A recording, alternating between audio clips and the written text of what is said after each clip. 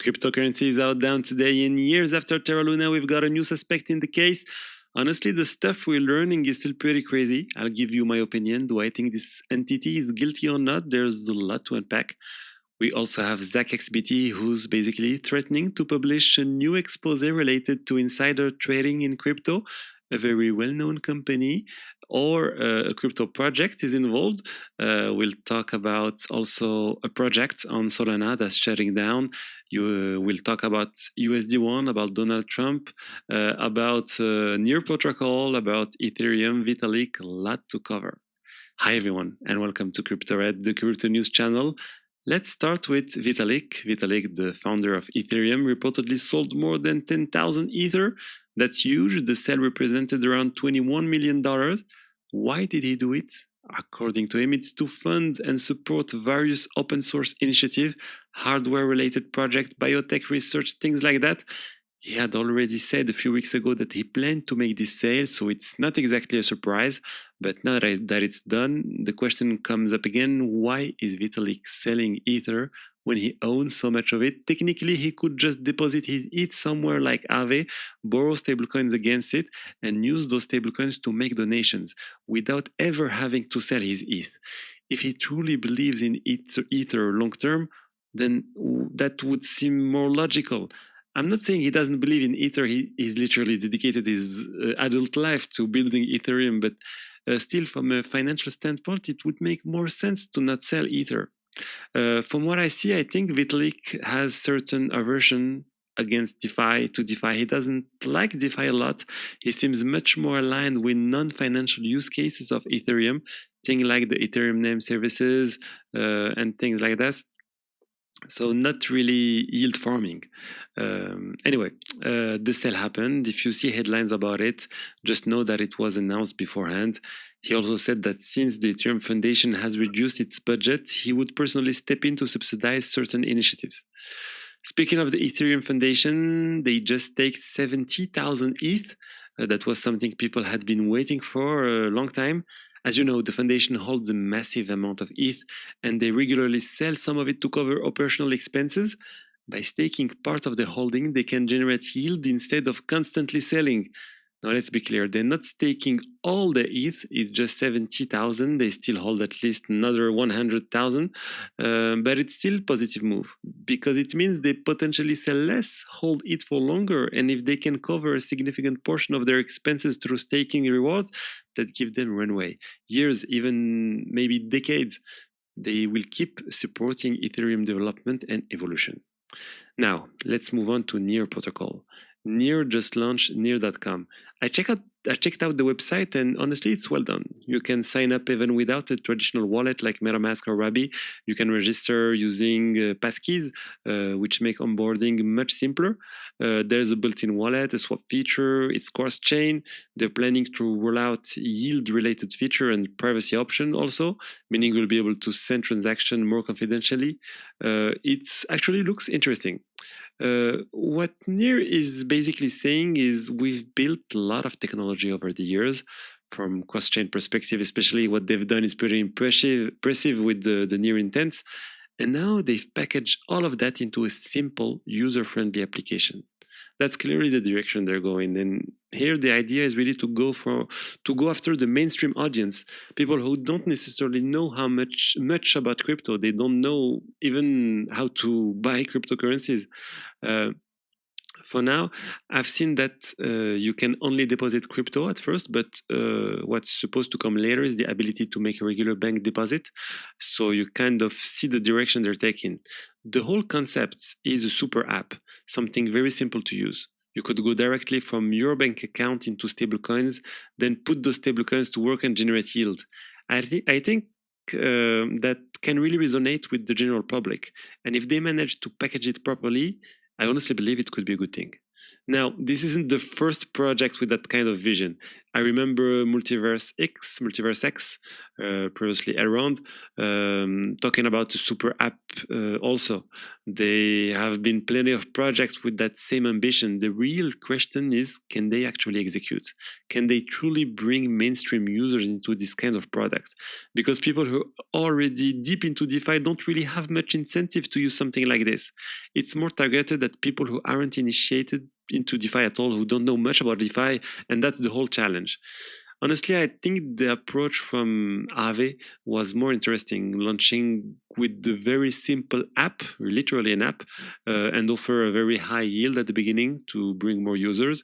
I think that can attract a lot of users, and in my opinion, they're clearly taking inspiration from that. Near is clearly taking inspiration from that. Now let's move on to USD1 from World Liberty Financial. Apparently it was attacked. That's what one of Trump's sons said. He claimed that USD1 was under attack, that people tried to short it, that the X account of some of the co-founders of World Liberty Financial were hacked, that some influencers were paid to talk negatively about World Liberty Financial. But according to him, it didn't work. They didn't succeed, and USD1 is doing fine. If you see the graph, you can see like there is a small DPEG. It's only about 0.9977, so it stayed very close to $1.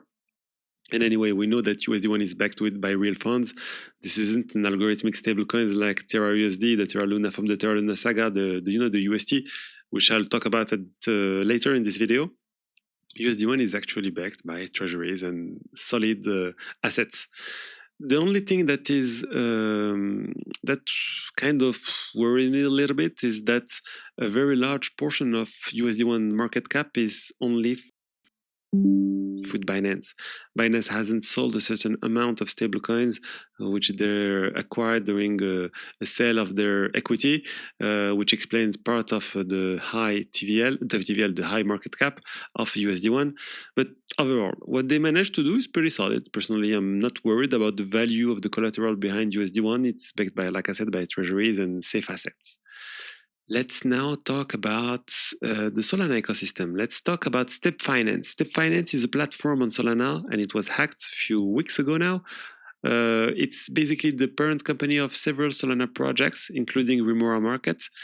And now Step Finance has announced that it's shutting down. They suffered the hack resulted in a $40 million loss a few weeks ago, like I said, but it wasn't a smart contract exploit. It was their treasury that got drained because their private keys were stolen. So this is more of a traditional style hack. Maybe the victim computer was compromised, or a server holding the keys was hacked, or maybe even source code containing private keys was exposed. We're not talking about a smart contract vulnerability. It could even have been an internal issue, maybe an internal breach. In any case, they're closing down. Remora Markets also is closing down, and all the other related projects are shutting down as well, like Solana Floor. So yeah, the Step Finance token is now basically worthless. It collapsed after the hack, and especially now after the shutdown announcements. Now, let's talk about ZachXBT, the well-known on-chain investigator who tracks scams and conducts very deep investigation. He just did something big.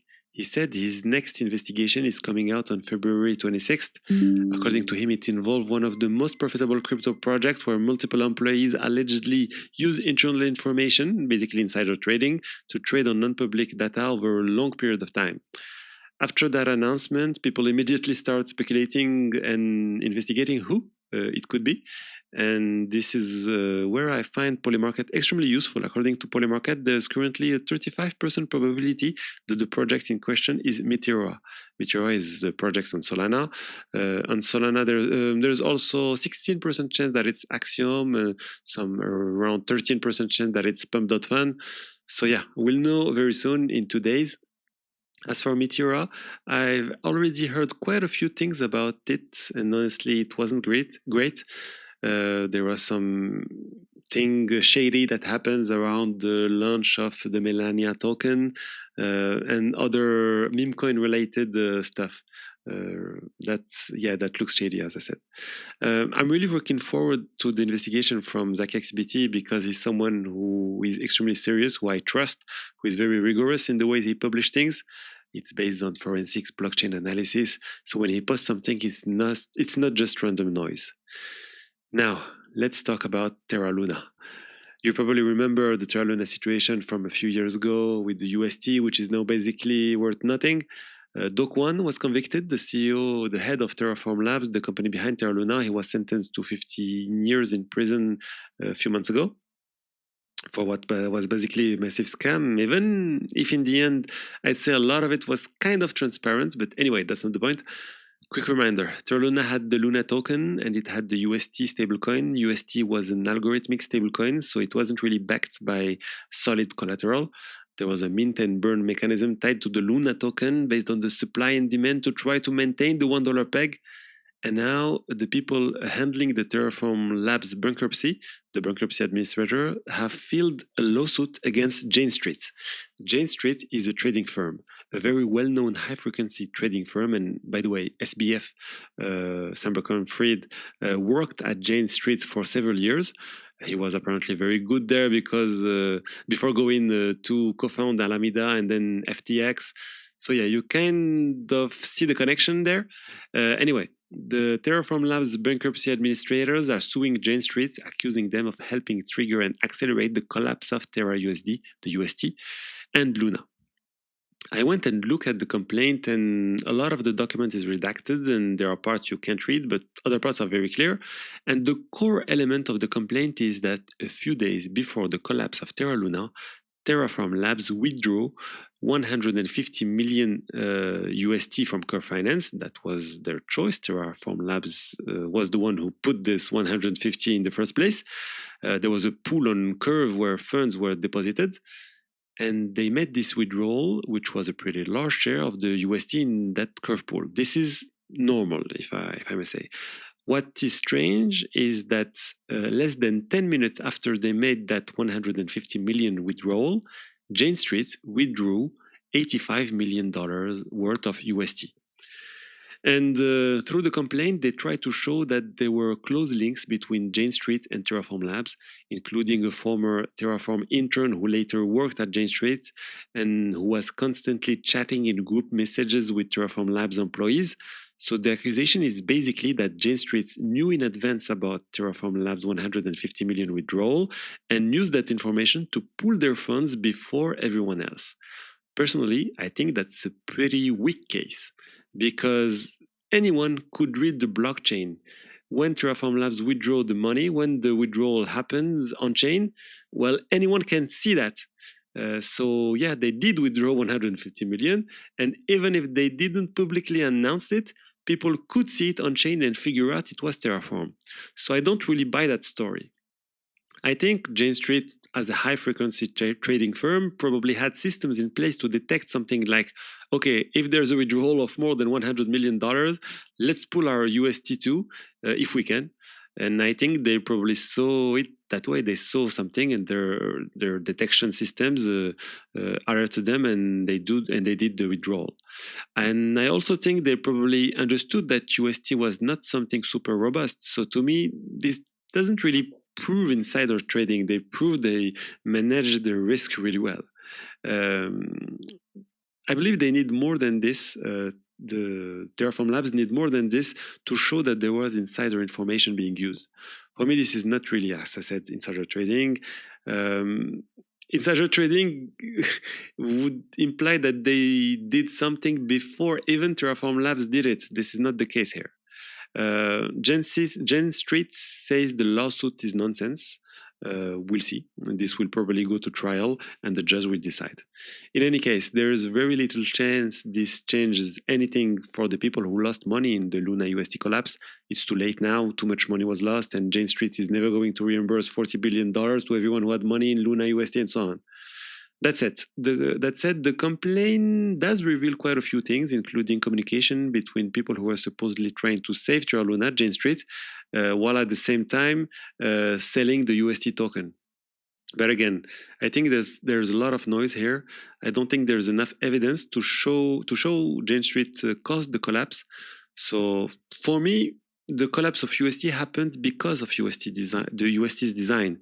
It was obvious that the design wasn't sustainable, that you couldn't guarantee the 20% yield, and that the pure algorithmic stablecoin mechanism, even though it's a very interesting idea, and I would have loved to see a truly algorithmic stablecoin to work, I believe that a pure algorithmic stablecoin mechanism isn't possible like that with this design. You get, the vicious spiral once the price starts falling, and we've seen that multiple times. We've seen it before the Terra Luna collapse. That's exactly what I never got into Terra Luna or UST, because I knew that it wasn't something that worked. It wasn't sustainable. The yield wasn't sustainable, and even the mechanism itself didn't really work. There were other examples before. I remember another stablecoin project backed by Mark Cuban, if I remember correctly. The name of the project was Titan or something like this, and it was the same design, and it collapsed. So that's why I didn't invest in Terra Luna before. So that's what I wanted to tell you today about the different crypto news of the day. I hope you enjoyed the content. Feel free to like, comment, subscribe, and I'll see you tomorrow for the next one. Bye-bye.